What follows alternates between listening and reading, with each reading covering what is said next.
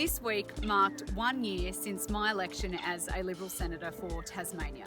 When I was first elected, I said I would be a fierce advocate for my state, fighting for more local investment, more job opportunities, better training for our young people, and of course fighting for free speech and free expression.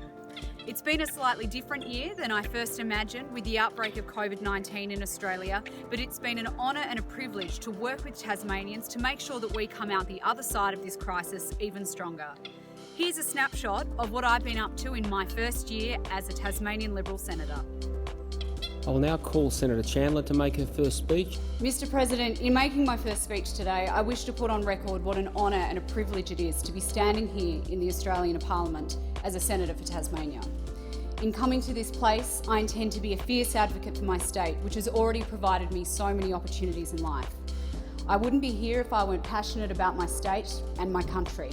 I want all young Tasmanians to have the same chance I had to remain on our island, build a career, and stay close to those all-important familial and social connections. To do this, we need to embrace the industries in which we have a competitive advantage and grow these industries to provide more localised employment opportunities. Scrapes, scratches and a few sore bones have marked the opening of more than 100 kilometres of new bike trails near St Helens. Bringing bikes to the town is seen as one way of fixing the winter visitor slump. It will be absolutely transformative for the local economy. We're already hearing from local businesses that they're preparing for the influx of tourists. It is of great concern to me that as soon as Tasmania begins to do well in any industry, there are forces from vocal minorities, usually the green left of politics, that move in to shut down progress and chase away investment. Well, a Tasmanian Liberal Senator is calling for activist group the Bob Brown Foundation to be stripped of its charity status following a spate of forestry protests in the state. I was frankly disgusted to see the Bob Brown Foundation using this as a prime opportunity to start invading people's workplaces and stopping people from working, which is what they were doing last week, and then using pictures of that activity on their Facebook page to elicit donations. The Morrison government is committed to keeping Australian farmers and their families safe and allowing them to go about their business without harassment and invasion of their property. Farmers should be protected from trespass, property damage, property theft and biosecurity threats which can result from deliberate, organised invasions of their properties.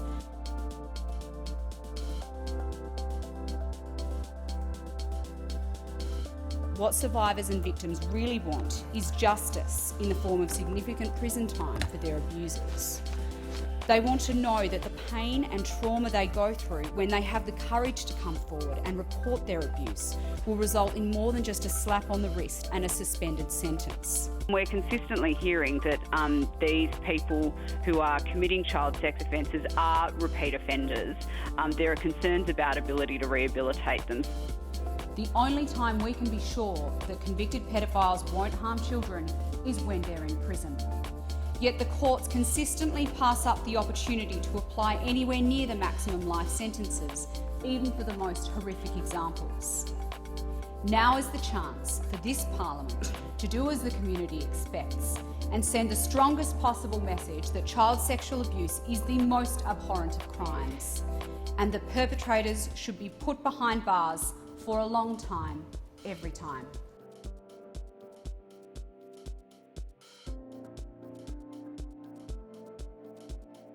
I strongly believe that every Australian should be free to voice their opinions and engage in the marketplace of ideas in a respectful manner, free from government interference.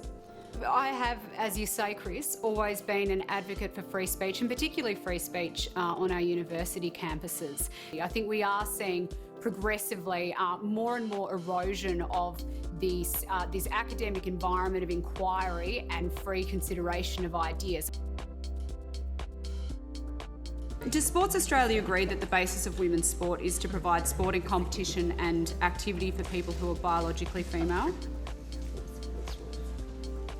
I'm not specifically aware of what our policy is on that. I'll have to take that under notice. Sorry, you're not aware of what your policy is, even though you are the peak body for sports in Australia? Yeah, I'm personally not aware of it that I can give to you, but I'll take it on notice and that would be provide great back if to you could take it on notice. Do you think young girls might be deterred from playing sport if there are children of the male sex competing in their competition? I don't have an opinion on that. You are the peak body for I'll sports take in it this on notice country. what the policy of the organisation is. Okay, thank you very much for that. Far from being inclusive, replacing sex with gender risks denying Australian women the right to single-sex services, which play a vital and necessary role in our society.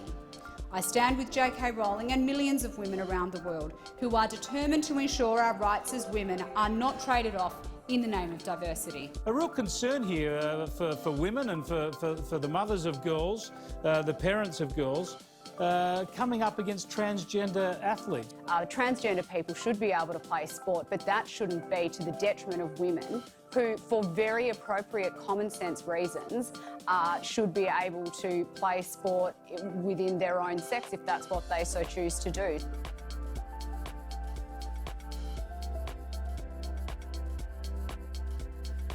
I am proud that our Prime Minister and our government have stood firm in the face of recent inflammatory comments from the Chinese ambassador threatening economic consequences because Australia has made the obvious and common sense point that the origins of the coronavirus must be independently investigated. We're all recognised that recovery for our economy, job market and business sector is going to take a massive combined effort. That's why, over the last 6 weeks, I've been busy engaging with local councils, business leaders and Tasmanians on how they think we can get Tasmania back in business.